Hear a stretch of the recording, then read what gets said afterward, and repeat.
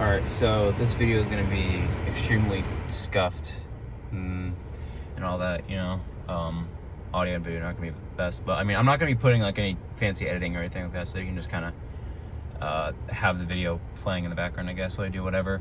But I wanted to make this, and the reason it's like this, by the way, is just because I'm on spring break right now and I don't have access to all my filming equipment or my mask even, so I'm just kind of making this quick thing on my phone because I was thinking about it and I wanted to get it out now before I head back, and eventually just would probably forget by the time I get back to my apartment. So yeah, anyway, what I want to talk about is a growing trend that I've noticed, and obviously this has been a thing for pretty much since the dawn of YouTube and the dawn of like review content on YouTube, which is just the growing amount of like negativity and like hateful reviews, and how like reviewing media and art that's considered bad seems to do a lot better. And obviously like that's always been a thing, like you look into like even the very early days of YouTube, like Angry Video Game Nerd or Nostalgia Critic, and then more middle era modern borderline YouTubers like I Hate Everything or You Movie Sucks, which is like YouTubers that I grew up on. And it's like that's all fine for the most part whenever like it can be funny, like for example, I Hate Everything Search for the Worst series. But it does get to a point, I feel like, and we're already at that point where it's becoming exhausting, and it's just kind of ruining film discourse as a whole, especially with like Your Movie Sucks. I don't know, there's also no script for this, by the way. I started writing a script, but then I decided I'm just gonna kind of talk candidly, so expect a lot of ums and uhs in this video, even though there's already been quite a few of them.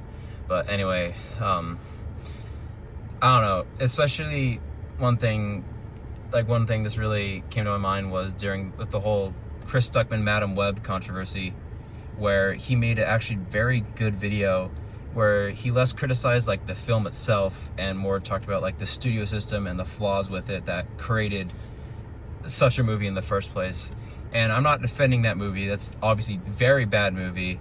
Acting is atrocious, effects are awful, all that. But it's like, at the end of the day, people were just hoping for just another review, just like how there's thousands of other reviews that are just like, oh, Madam Web awful, Madam Web terrible, Madam Web is the fall of mankind or whatever. And it's like, I don't know, it's just exhausting after a while. It's like, you can like whatever you want, you can have whatever opinions you want, but like spreading the kind of negativity and stuff like that online is just, I don't know, it's exhausting. And I feel like there's not enough content like Chris Stuckman out there that like counteracts that. And I think I've been kind of trying to do that a little bit, but obviously I have no real reach. Obviously I'm not trying to like credit myself or anything as being like a pioneer in positive review content. And I'm not saying there isn't positive review content out there, but it just sucks to see negative content do so much better. And I don't know, like most of the other like reviews or YouTubers I see that do more positive or even just more like middle ground, like both positive and negative, generally do not get the same amount of attention as someone like Your Movie Sucks does, or like CinemaSins. And I don't mean to like, I know I'm naming people, but I'm not trying to like bash anyone specifically. I'm just using them as examples. But it's just more of an example of how that kind of thing can happen.